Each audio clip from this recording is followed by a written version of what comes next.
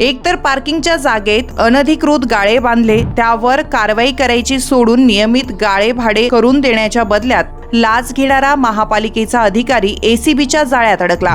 लाच आणि सरकारी अधिकारी हे समीकरण दिवसेंदिवस अधिकच घट्ट होत असल्याचं या निमित्तानं समोर आलं। जुन्या सिडकोतील शांतीनगरमध्ये राहणाऱ्या एका व्यक्तीने निवासी आणि व्यावसायिक वापराच्या इमारतीला घरपट्टी आकारण्यात यावी म्हणून महानगरपालिकेच्या विभागीय कार्यालयात अर्ज केला होता।